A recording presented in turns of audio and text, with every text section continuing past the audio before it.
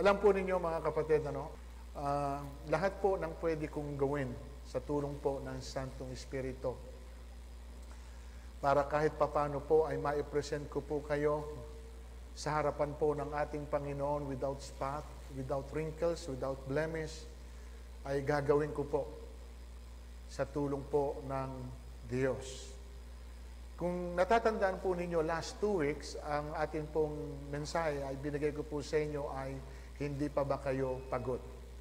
Kung bakit ko po ito ginawa, sapagkat personally po kasi mga kapatid, hindi man po siguro kayo, pero sa karanasan ko po sa buhay na ito, sa mga nakikita ko na nangyayari sa mga kapaligiran po natin, and even sa iba't ibang mga klase ng tao, ay talagang makikita po natin na wala po silang tigil sa kanilang ginagawa na pagpupursige para lamang somehow ay maiangat nila ng kaunti ang kanila pong mga buhay. Pero marami po pang mga kapatid ay nabibigo pa rin. At doon po sa sumunod na linggo, wala man ako rito at nandun po ako sa atin pong isang outreach, ang topic po natin ay anong merong ka? Para kahit papano ma-remind po tayo ano nga ba yung merong ka na hindi galing sa Diyos. At ano nga ba yung meron ka na madadala mo kung sakali na aalis ka rito. Sapagkat minsan, meron tayong pinagpupursigihan na hindi naman pala yon ang tunay na mahalaga. At ngayon po, mga kapatid na umaga, ito po, meron na naman po akong inihanda po para po sa inyo. At dalangin ko sa Panginoon na sa pamagitan po nito, at kung ito isusundin natin at gagawin po natin, kahit po somehow, alam ko na mag-i-struggle po ang ilan po sa inyo, pero nawa, ito po ay makatulong sa bawat isa po sa atin. Higit po sa lahat, ang salita lang naman po ng Diyos ang pwedeng magbago sa bawat isa sa atin kung meron ng mali na dapat po tayong itama. Okay, na, gusto ko pong tanungin ito sa inyo. Kapag hubas tinanong ko kayo ng ganito, na alam niyo po ba kung kayo ay blessed o hindi? Kapag ba sinabi ko sa inyo, if I ask you this question, are you sure you are blessed? Definitely, sasagot po natin? Yes, I am. Oh yes, we are. Blessed po tayo. Pero ano po mga kapatid ang basihan para humasabi po ninyo na kayo po ay blessed? Siguro sasabihin po natin, blessed ako dahil nakakilala ko sa Diyos. Okay, good. Blessed ako dahil ako ay iniligtas ng Diyos. Oh, good. Blessed ako dahil di naman ako nagkukulang sa anumang pong bagay. Wala namang may sakit sa aming pamilya o may mga karamdaman. O hindi naman kami nagkukulang sa hapagkainan. Hindi ko po sinasabi, mga kapatid, na hindi ako naniniwala doon sa pwede niyong sabihin na kayo po ay blessed. Pero kung iyon lang po ang basihan po natin, gaya po ng binanggit ko, which is hindi naman po masama, yung pong sabihin natin, yun yung pananaw natin. Hindi po yun ang tinutukoy ng Diyos para po sabihin sa atin na tayo po ay blessed. So ngayon pong umaga, ayun po ang atin pong pag-uusapan. Muli nating tanungin ang ating sarili, are you sure you're blessed? Panatag ka na ba na masasabi mo sa akin na kapag tinanong kita, blessed ka ba talaga? Sure. Blessed ako. Okay? At kunin po natin yung pamantayan po ng Panginoon para ho masagot natin kahit papano, if ever, kung ginagawa po natin yung bagay na babanggitin ko, if ever na may magtanong po sa inyo kung kayo'y blessed, then kaya po ninyong sabihin, yes, we are blessed. Okay? Ito po yung teksto natin. Sabi po doon, sabi po doon, bring you all the tithes into the storehouse, that there may be meat in my house, and prove me now herewith, saith the Lord of hosts, if I will not open you the windows of heaven, and pour you out a blessing that there shall not be room enough to receive it. And I will rebuke the devourer for your sake, and he shall not destroy the fruits of your ground, neither shall your vine cast her fruit before the time in the field, saith the Lord of hosts. And all nations shall call you blessed. Doon ko po ito kinuha. And all nations shall call you blessed. For you, ye shall be a delightsome land, saith the Lord of hosts. Tagalogin po natin. Ibigay niyong buong buo ang inyong mga ikapo upang matugunan ang pangangailangan sa aking templo. Subukin niyong gawin ito kung hindi ko buksan ang mga durungawan ng langit at ibuhos sa inyo ang masaganang pagpapala. Hindi ko na padadalhan ng salot ang inyong lupain, kaya't mamumunga ng sagana ang inyong mga ubasan. Sa gayon, sasabihin ng lahat ng bansa na kayo'y mapalad sapagkat napakainam tirahan ng lupain po ninyo. So yun po, pagpalain po ng Diyos ang pagkakabasa ng kanyang banal na salita. So, para po masabi na tayo po ay blessed, number one, blessed ka kung ikaw ang nagbibigay. Tandaan niyo po, blessed ka kung ikaw ang nagbibigay. Bakit po? Sabi rito, ibigay ninyo. Ibigay ninyo ng buong buo ang inyong ikapo upang matugunan ang pangangailangan sa aking templo. Subukin ninyong gawin ito. Kung hindi ko buksan ang mga durungawan ng langit at ibuhos sa inyo ang masaganang pagpapala. Hindi lang ho pagpapala, kundi masaganang pagpapala. So may challenge po dito mga kapatid. No? Gusto kong makita nyo. Kasi ang sabi niya rito, subukin ninyong gawin ito. Ang Diyos ang naghahamon. Ano po yung sinasabi ng Panginoon? Subukin daw nating gawin. Yung pong magbigay. Yung ibigay po sa Kanya kung anuman yung hinihingi po niya sa atin. At kung magagawa daw po natin ito, ayon po dun sa challenge niya sa iyo, ang sabi po ron, may pangako naman akong nakalaan sa inyo. At ano po yung pangako na sinabi niya rito? Bubuksan niya ang durungawan ng langit at ibubuhos daw niya sa atin yung masaganang pagpapala. Yun po yung pangako po na binitawan po ng ating Panginoon. At alam niyo mga kapatid, mangyayari lang po yung pangako ng Diyos sa atin, base po dito sa binasa natin, kung meron po sa atin na susubok nito, na itong ay gawin. Kasi para mapatunayan po natin na totoo yung sinasabi niya sa atin, kailangan po nating i-take yung challenge. Otherwise, paano ho natin mapapatunayan na totoo nga sinasabi niya na wala naman tayong ginagawa doon sa sinasabi po niya? Ang sabi niya rito, gawin ninyo. Subukin ninyo na gawin ito. Okay, tingnan po natin ngayon yung pamamaraan po ng Panginoon when it comes to giving. Tingnan nyo. Magbigay kayo at bibigyan kayo ng Diyos. Hustong takal, siksik, liglig, umaapaw pa ang ibibigay niya sa inyo. Now, here's my point. Pakinggan nyo mabuti mga kapatid. No? Ang sabi rito, magbigay kayo. Doon po ba nahinto? Huminto na po ba doon? Kasi mabigat ito. Kung ang sinabi lang doon ay magbigay kayo at pagkatapos ay naputol na, then para talagang mahirap gawin. Pero tingnan nyo po, may kasunod eh. Magbigay kayo at kayo ay bibigyan ng Diyos. Now, tanong ko sa inyo. Between you and God, sa tingin nyo, sino ang mas generous? Ikaw o ang Diyos? Ang Diyos. So therefore, yung pong ibibigay mo ay merong limitasyon. Hindi mo pwedeng mas malaki ang ibibigay mo sa Diyos more than dun sa ibibigay ng Diyos sa iyo. Tama po ba? Sapagkat tayo ay meron pong kapasidad. Ayon lamang dun sa atin pong kakayahan, yun lang ang pwede nating ibigay. Pero ang Panginoon, mga kapatid, wala po siyang limitasyon.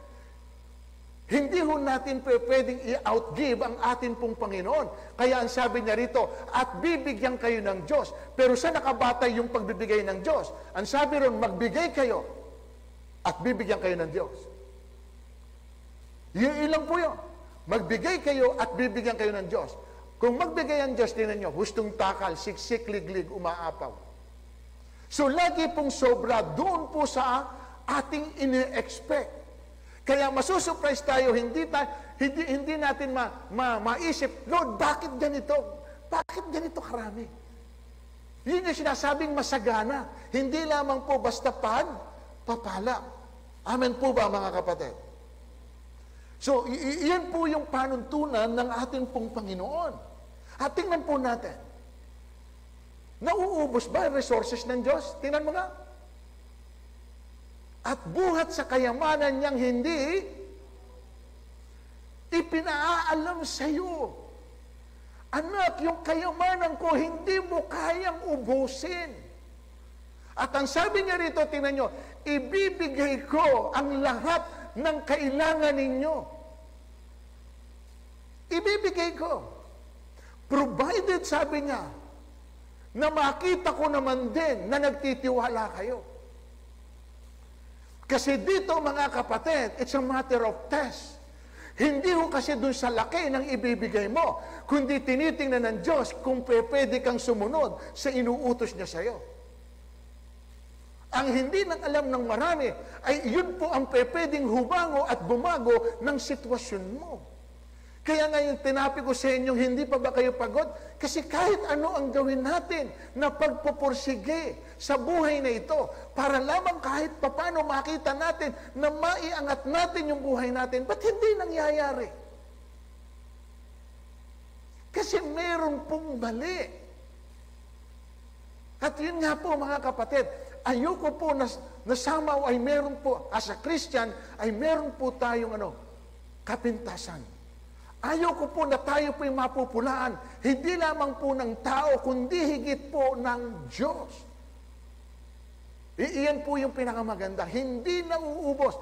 Ibibigay ko ang lahat ng pangangailangan ninyo. So ano, kung ibibigay ng Diyos ang pangangailangan po natin ayon sa kanyang resources na hindi nauubos, ano yung dapat ipag-alala mo? At kung sakali man na mawalan ka, ay yun ay dahil nga sa pagsunod mo sa ipinagagawa niya, wala ka rin dapat pong ikatakot eh. Bakit? Kasi nangyari yun sa iyo, bunga ng iyong pagsunod. At sino naman po sa atin, mga kapatid dito, ang sumunod lang sa Panginoon at hinayaan ng Diyos na siya mamalimos. Eh ano po ang sabi ng 37 o 25 ng Psalm, di ba? Ano sabi ron? Matanda na ako mula pagkabata. Sa tanang buhay ko, walang nabalita na sa taong tapat ang Diyos nagpabaya, ni ang mga anak niya magiging hampas lupa. Pangako yun ng Diyos. Mga kapatid. At ito yun. Kung sakali man na nagtatapat kayo sa Diyos, at sa kabila ng pagtatapat nyo, parang wala pa rin kayong nakikita bunga ayon doon sa pangako ng Diyos sa inyo. Mga kapatid, pwede itong mangyari hindi sa panahon mo. Pero sisiguraduhin ko sa inyo, pwede itong anihin ng mga anak nyo. Umani ang mga anak nyo, hindi ho dahil naging tapat sila, kundi dahil kayo na magulang ay naging tapat sa Diyos. At dahil hindi nyo nakita sa kapanahunan po ninyo, yung pagpapala na inilalaan ng Diyos, pwede po niyang ilagay ito sa mga anak po ninyo. The same. Sapagkat yung pagpapala sa iyo ay pagpapala rin sa iyong mga anak. Amen po ba? Yun po ang pinakamaganda po rito. Kaya kailangan po, para masabi natin na tayo po ay pinagpala po ng Diyos, kailangan po tayo po ang nagbibigay. Now, tingnan niyo po sabi rito. Aside dito, tingnan niyo sabi ng Lord, alalahanin ang mga salita ng Panginoong Jesus. Remember the word of Jesus. Higit na mapalad ang nagbibigay, ang magbigay kaysa tumanggap. Higit na mapalad. Englishin natin. And remember the words of the Lord Jesus, how He Himself said, it is more blessed to give than to receive. Alam niyo kung bakit, mga kapatid, mas blessed yung nagbibigay? Alam niyo ang dahilan? Dahil hindi po ito basta lang nangyayari kahit kanino. Hindi ito nagagawa ng kahit na sino. Bakit po ito, mga kapatid? Human nature natin, ito. Mas uunahin natin ang sarili natin kaysa sa iba. Yun po tayo. bakit ko bibigay yung isang bagay kung kanino na samantalang mismo ako ay meron ding pangangailangan? So, mas uunahin po natin yung pangangailangan natin more than sa pangangailangan ng iba. At kapag po ito ay nagawa po natin, nakalagpas po tayo dun sa human nature natin na maramot makasarili. At ito po yung kailangan malagpasan po ng bawat isa para po mai-consider na totoong tayo nga ay blessed. Amen po mga kapatid.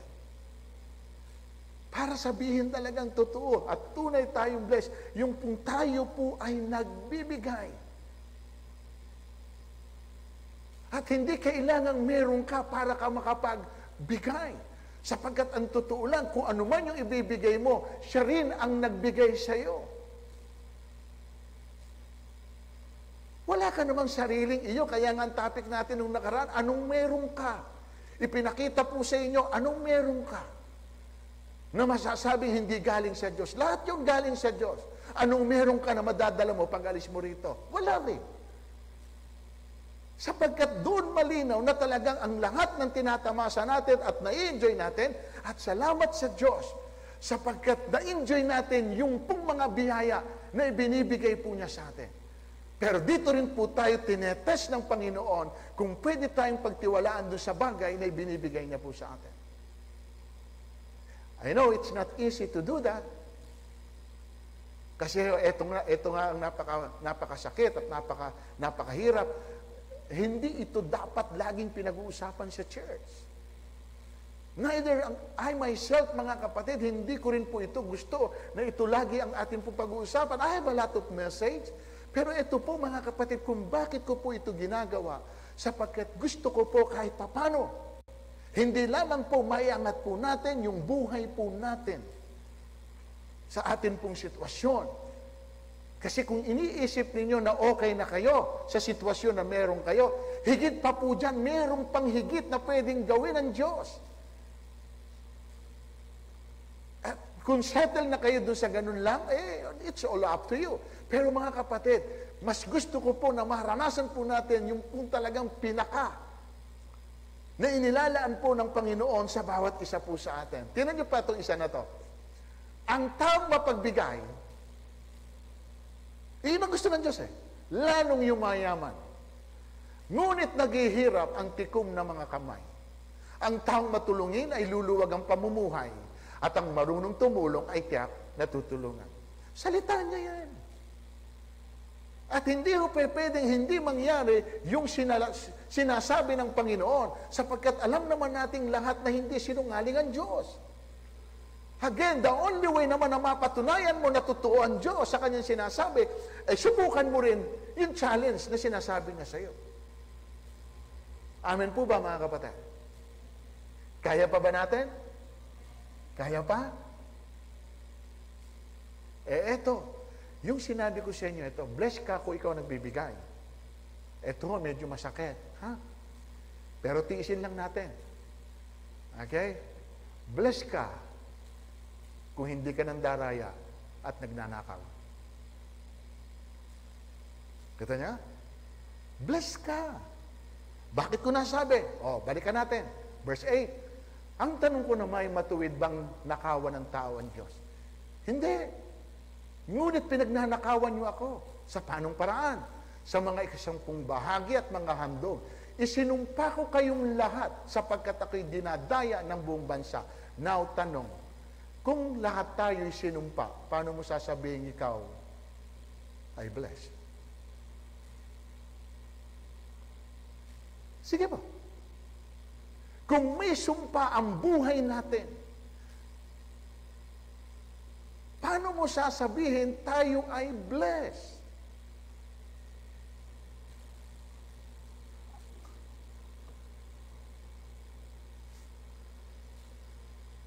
Tanungin ko po kayo, kung alam po ninyo na ang kapitbahay ninyo, alam ninyo na ang kayamanan niya ay galing sa pandaraya at pagnanakaw, sasabihin niyo bang blessed sila? Hindi siguro. Dahil may knowledge kayo kung saan galing yung tinatamasa nila. Ganun din po tayo. Kung dinadaya natin ang Diyos, kung ninanakawan natin ang Diyos, kahit sabihin mo ikaw pa pinakamayaman sa lugar mo, kahit sasabihin mo ang ganda ng buhay mo, pero kung hindi nagagawa mo ito, bagamat ikaw ay isang Kristiyano, hindi ko pwedeng sabihin ikay blessed. Tama po ba, mga kapatid? So dito, namali po tayo ng dinadaya. Namali po tayo ng ating pong pinagnanakawan. Yung isang Diyos na willing na ibigay ang lahat lang ng iyong pangangailangan. Ang totoo po nito, hindi naman po natin sadyang gustong nakawan o dayain ng Diyos Hindi natin gusto. Sino ba may gustong dayain ng Diyos? Wala. Hindi naman sumasagi sa isip natin yan Hindi nga natin iisip na ninanakawan natin ng Diyos. Wala sa ating may gusto niyan. Alam niyo ba kung bakit doon po na uuwi? Isa lang ang totoo. Dahil pinanghihinayangan mo yung ibibigay mo. Bottom line. Dahil lang po nanghihinayang ka dun sa bagay na ibibigay mo sa Kanya, na iyon naman din ang babago ng sitwasyon ng buhay mo dahil yun ang challenge niya sa iyo. Pinanghinayangan mo, yun, doon po nauuwi ngayon. Kahit hindi mo gustong dayain siya, kahit hindi natin gusto na nakawan siya, doon na po nauuwi. Dahil nga nanghihinayang tayo sa pwede natin ibigay sa Kanya.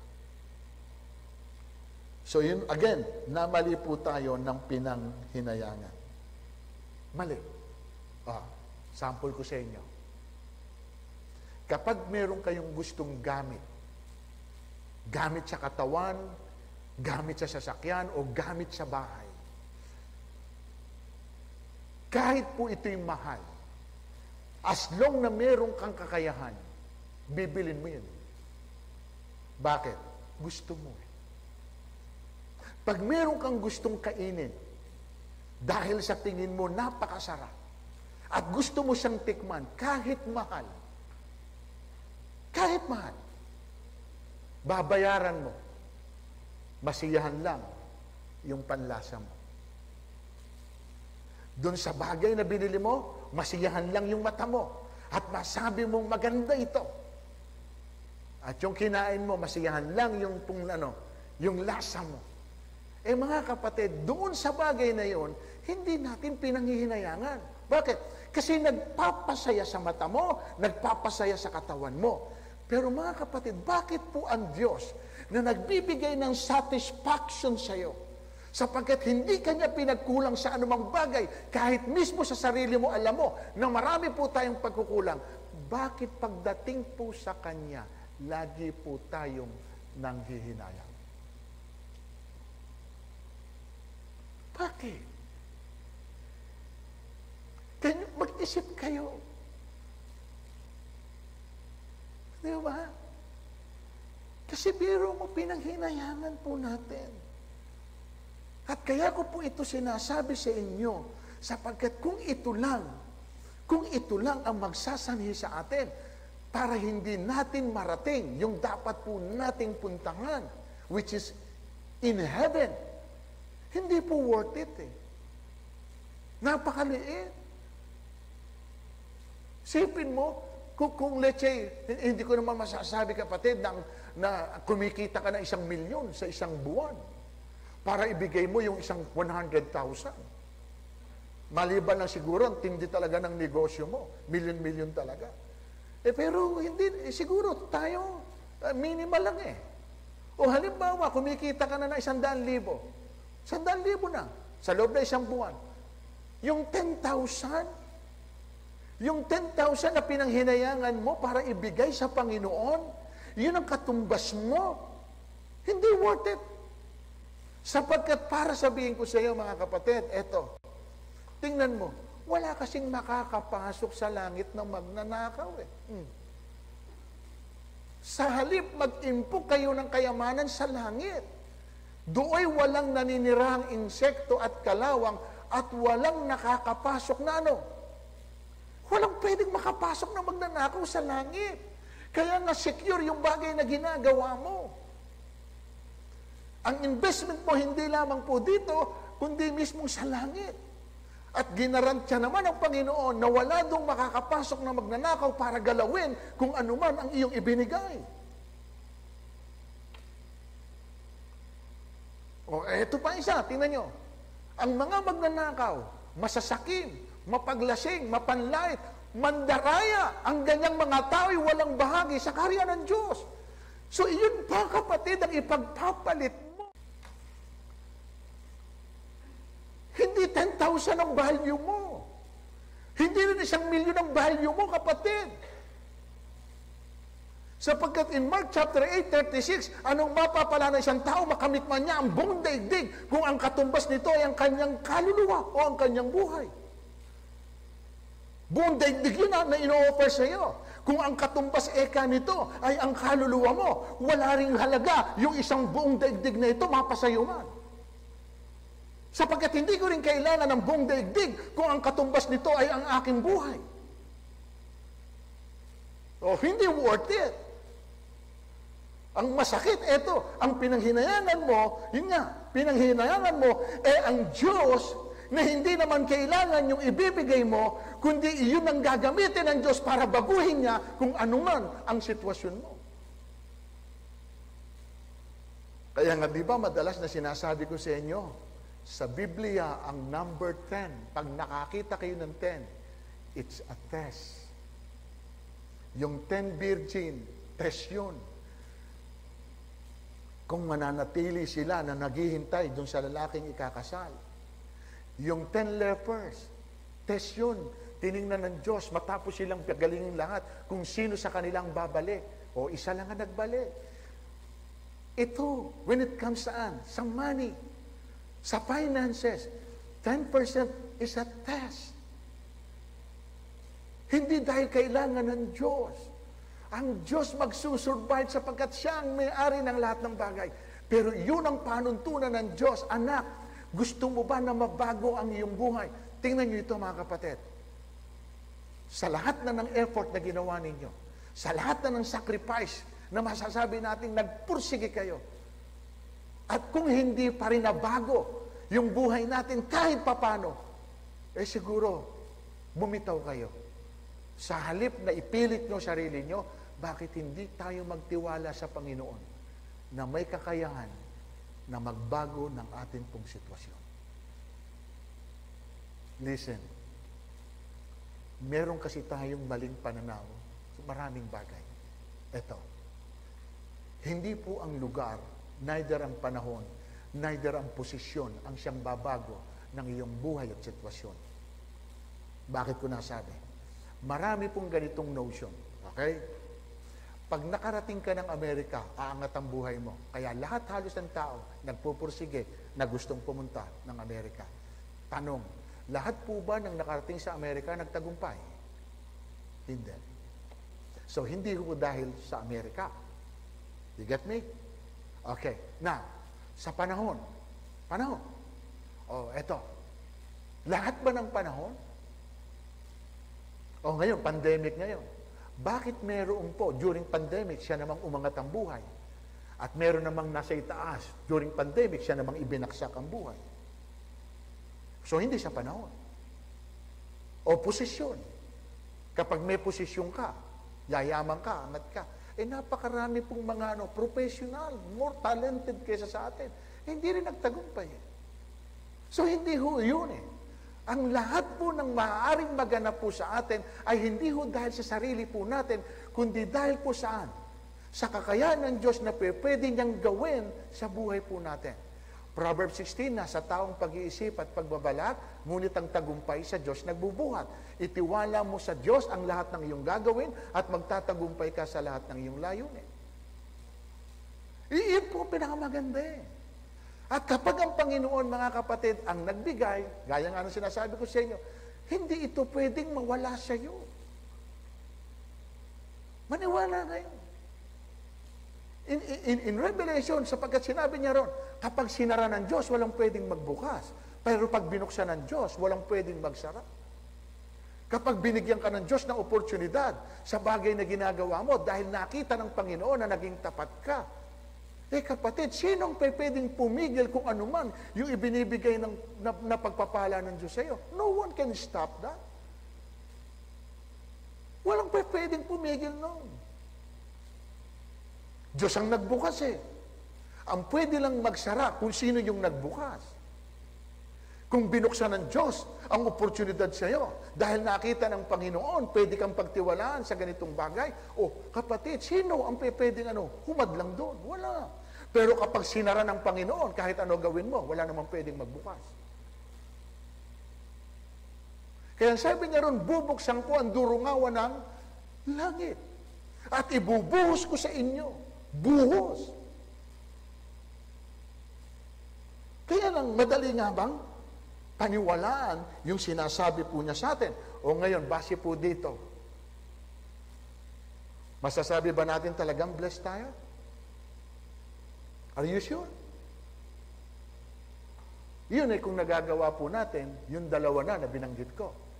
Kung tayo po ay nagbibigay at ibinibigay yung dapat ibigay, at kung tayo po hindi nandaraya, ni nagnanakaw, kasi sa totoo lang mga kapatid, subukan niyong pumunta sa palengke at bumili kayo ng anuman pong binili nyo na hindi tama ang ginamit na timbangan at ang pakiramdam nyo, nadaya kayo, tiyak, galit na galit kayo.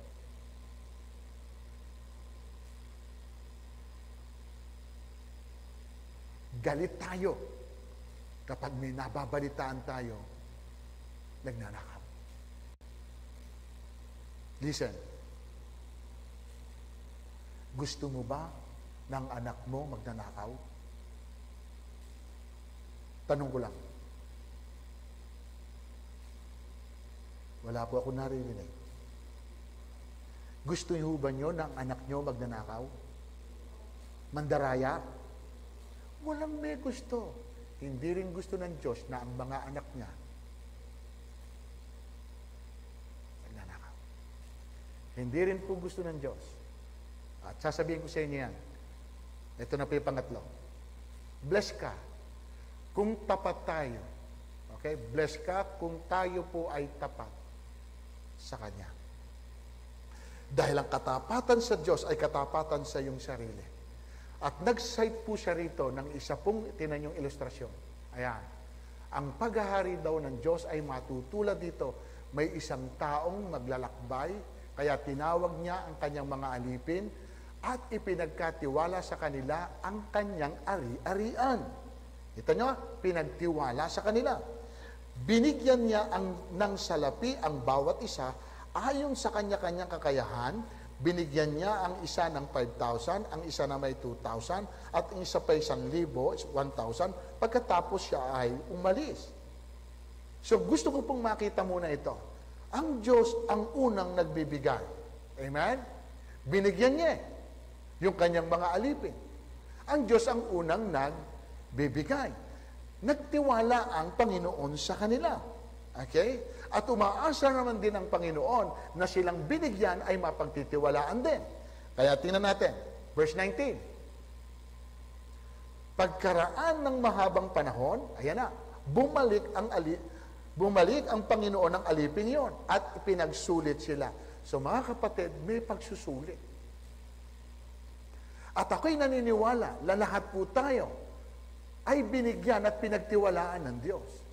Ano man yung nai-enjoy nyo ngayon, ano man yung nasa sa inyo, binigay po yan ng Panginoon. At darating po yung araw na ipagsusulit po nating lahat yon. Dahil babalik daw ang Panginoon para ipagsulit. Verse 20, ano sabi ron? Lumapit ang tumanggap ng 5,000, wika niya, Panginoon, heto po ang 5,000 na ibinigay niyo sa akin, heto pa po ang 5,000 na tinubo ko. Hindi naman nung una, nung iwanan ng Panginoon yung pong ari-arian niya, dun sa mga alipin niya, wala naman po siyang sinabi, kailangan maging tapat kayo, kailangan, wala Sapagkat ang lahat nga po ng iyon ay test. Tiningnan po nung Panginoon na yon kung ano ang gagawin ng mga alipin niyang ito dun sa bagay na ibinigay niya sa kanila. At ang maganda, tingnan niyo nangyari. Binalik po ay may tumubo. Ano sabi ng Panginoon sa kanya? Verse 21, sinabi sa kanya ng Panginoon, magaling, tapat at mabuting alipin, yamang naging tapat ka sa kaunting halaga, pamamahalain kita sa malaking halaga, makihati ka sa aking kagalakan. Nakita nyo? Walang ipinangako yung pong Panginoon na umalis. Wala siyang anumang instruction, basta sinabi niya, ito, pinagtiwala ko sa inyo. Pero ginawa po nung alipin ito kung ano yung nararapat, at dahil nga nadoon yung katapatan, nung bumalik ang Panginoon, ipinagsulit niya ito. Tingnan niyo, sabi ng Panginoon, dahil na-test kita sa maliit na bagay, pagtitiwalaan kita sa mas malaking bagay. Halika, sabi niya rito, mabuti, good and faithful servant, halika, makisalo ka sa akin. So, ganun din po ang nangyari doon sa binigyan ng 2,000. Tingnan nyo kung ano nangyari doon sa binigyan ng 1,000. Ano sabi ron? Natakot po ako. Kaya binaong ko sa lupa ang inyong salapi. Heto na po, 1,000 ninyo. Ngayon mga kapatid, alam nyo na dahilan? Kung bakit hindi po natin magawa na magtapat sa Diyos? Yan ang dahilan. Dahil natatakot po tayo na mawalan. Natatakot po tayo na baka walang matira. Natatakot tayo na baka wala tayong maibayad sa bill, sa mga pangangailangan natin, sa mga panggastos po natin, sakaling kailangan natin to. Ito masakit. Natakot tayo na walang pambayad. Natakot tayo na walang matira. Natakot tayo sa maraming bagay, pero hindi tayo natakot na dayain ang Diyos. Hindi tayo natakot, mga kapatid. Ngayon, sa tingin nyo, wala lang ito sa Diyos? Sa tingin nyo, para lamang po ba itong sineset aside ng Panginoon? O sabi niya, kung ayaw nyo magtapat, okay lang? Ganun ba ang Diyos? No. Tingnan nyo, nagsalita ang Panginoon. Ang kinamumuhian ko, siya yung ginagawa. At pagkatapos pumaparito kayo sa aking templo at sinasabi ninyo, ligtas kami rito, bakit? Ang akin bang templo ay taguan ng magnanakaw? Ang akin bang templo ay taguan ng magnanakaw? Nakikita kong ginagawa ninyo, akong si Yahweh ang nagsasabi nito. O base po dito, okay lang ba sa Diyos?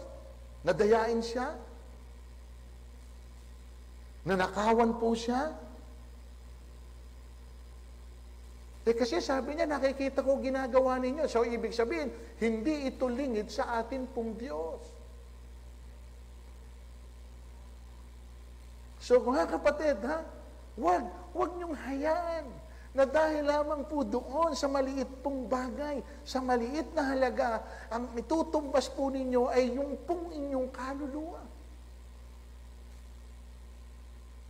Kahit po mawalan nga ako, sabi ko, kahit mawalan na ako, basta lang maibigay ko yung nararapat sa Panginoon dahil yun yung pagtatapat ko. Bahala na ang Diyos. Kung maghihirap ako dahil sa gagawin ko, bahala ang Panginoon. Siya nakakaalam sa totoo lang naman mga kapatid, kung gustong kunin sa iyo ng Diyos, wala kang magagawa Di ba? Sa totoo lang. Yun na lang nangyari sa akin, hindi ba? Tingnan nyo yung inubos, 2 milyon mahigit. Hindi ka pa sigurado kung magsusurvive dun sa sakit na naranasan mo. 2 milyon mahigit. Now, here is my point. 2 milyon? Hindi ka nang hinayang sa ospital? Pero ang Diyos, na hindi naman milyon ang hinihingi sa iyo, pinanghinayangan mo, na iniingatan ka niya, na hindi makaranas ng kahit na ano. Mag-isip po tayo. Kasi kahit sa paanong paraan, pag hindi po kasi yan sa atin, tiyak po kukunin pa rin po sa atin. Kukunin at kukunin ng Panginoon kasi hindi nga yun atin. At kung hindi natin maibibigay doon sa tamang paraan, ay makukuha ito sa maling paraan. At pagsisisihan pa natin, hindi na tayo naging tapat sa Diyos, kinuha rin naman sa atin. At ito pa, wala tayong, hindi natin napigil. Sa totoo lang. Pag sinabi po ng doktor, ang bayad sa kanya, 100,000, wala kang tanong. Pag sinabi ng ospital, ang bill mo, 10 milyon, wala kang tanong eh. Kahit ibenta mo yung bahay mo at lupa mo, ibibayaran mo eh. Walang ano ron. Walang sasabihin na, wala ho kaming pera. Wala eh. Hindi ganun. Pero eto kapatid, at yun yung maririnig nyo sa susunod na ano, yun po yung huli natin. Kasi nga, itong tinapi ko ng buwan na ito is financial breakthrough. Yung una, tinapi ko sa inyo, hindi ka pa ba pagod? Kasi ayokong nakikita, pagod na lang ng pagod, pero walang nangyayari. Pinakita ko sa inyo yung second week natin, anong meron ka? Para maintindihan mo na mali yung pinagpupursigihan mo. Na wala ka naman palang madadala, pero meron kang nasa set aside. Ito yung pangatlo, sigurado ka bang blessed sa buhay mo? Ba't ko po ito sinasabi? Kasi nga, sa susunod na linggo, yun na po yung pinakapinali, The Secret. That's the title of our message. Ginawa ko po itong series. Para kahit papano, makaalis po tayo doon sa ganong klaseng sistema. Ako man mismo, personally, gusto kong makalaya doon. At hindi lang po ako, gusto ko rin po kayo, pero hindi ko po kayo pipilitin sa bagay na ayaw po ninyo. Tatandaan nyo ito, hindi ko po kayo pipilitin sa bagay na ayaw po ninyo. Pero ito mga kapatid, mananatili lang pong ganyan ang sitwasyon nyo. Ang masakit, ito pa, wala po tayong access. Bakit? Kasi hindi pala pinapayagan sa langit ang At ang masakit, ang ninakawan mo, hindi ibang tao. Mismong ang Diyos na nagbigay ng buhay mo. Mismong Diyos na nag-iingat hanggang ngayon sa iyo. Mismong ang Diyos na nagsusustain ng pangangailangan mo, hindi ka pa niya pinagkukulang kahit tayo maraming pagkukulang. Namali tayo ng ninakawan. Namali tayo ng dinaya. Amin ba mga kapatid? Ito po yung pinakahuli. Tingnan nyo. Kung ano nangyari dun sa taong ito. Yung sa 1,000. Sapagkat ang meron pa ay bibigyan, ang meron ay bibigyan pa. At mananagana, ngunit ang wala, kahit ang kaunting nasa kanya, ay kukunin pa. Itapon ninyo sa kadiliman, sa labas, ang aliping walang kabuluhan, do'y tatangi siya at magngangalit ang kanyang ipin. Nakita nyo inabot? Ang sabi ron, ngunit ang wala. Ngunit ang wala. Sino yung wala? Yung pong walang tiwala sa Diyos. Yung walang paniniwala sa sinasabi sa kanila ng Diyos. Sila po yung hindi makakaranas ng tunay na pagpapala ng Diyos. Sila po yun.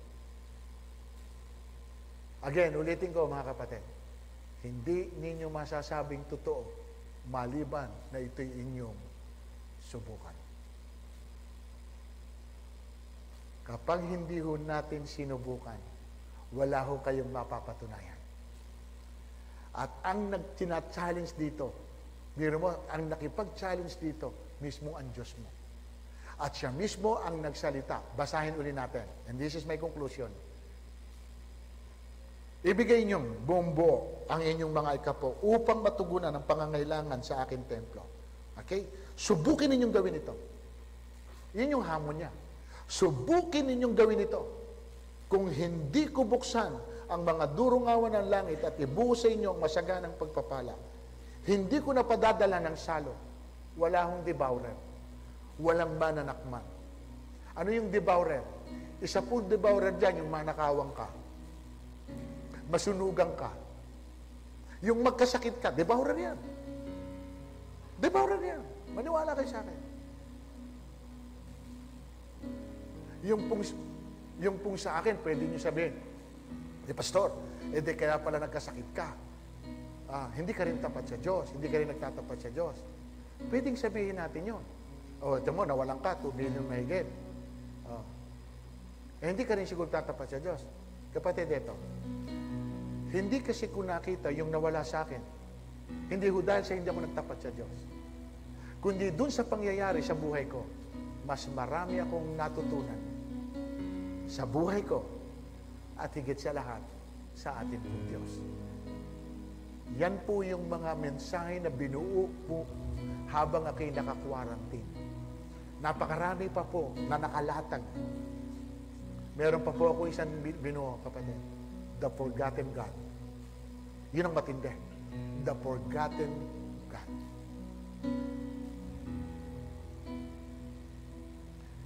Masyadong dinurog ang puso ko doon sa salitang The Forgotten God. So, anong puntos ko rito, mga kapatid? Huwag nyo nang hayaang maranasan pa yung pwedeng naranasan ng iba.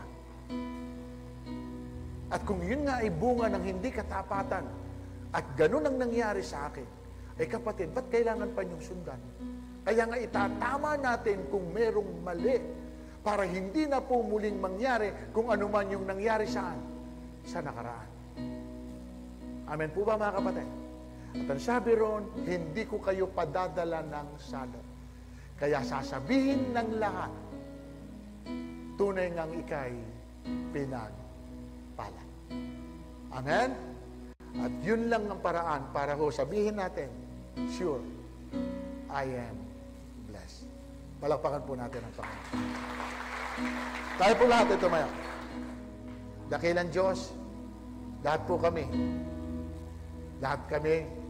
ay humihingi ng tawad sa iyo kung hindi man kami naging tapat sa marami pong bagay. Kung pinagdudahan ka namin, pinanghinayangan ka namin, humihingi kami ng tawad, Panginoon. Tulungan mo kami, O Diyos, nang maging tapat sa iyo sa lahat po ng area ng buhay po namin. At doon po namin makikita, maging sa aming sarili, ay magiging tapat din po kami. Maging sa aming kapwa, nandun din po yung katapatan po namin. At higit sa lahat, Panginoon, kayo ang dapat po namin unahin. At Lord, salamat po sapagkat pinaalala mo sa amin ito na wala palang magnanakaw, pwedeng makapunta sa lugar mo. Kaya ayaw din po namin, Panginoon, ang mangyayari po ito.